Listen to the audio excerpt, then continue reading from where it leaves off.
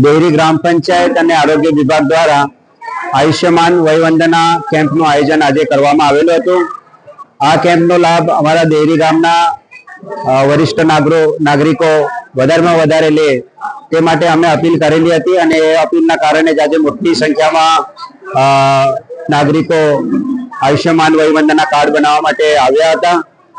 અને આ પ્રસંગે જે મહાનુભાવો પણ અહીંયા ઘણા ઉપસ્થિત રહેલા હતા, મેડિકલ ઓફિસર હતા, તાલુકા પંચાયત ના ઉપપ્રમુખ પણ અહીંયા હાજર હતા, પછી તાલુકા ભાજપના પ્રમુખ નીરવભાઈ પણ અહીંયા હાજર હતા, તથા અમારા ગામના અગ્રણી ગ્રામ પંચાયતના સદસ્ય, સરપંચો, અમારા તાલુકા પંચાયતના સદસ્ય અને મોટી સંખ્યામાં ઉપસ્થિત રહેલા હતા।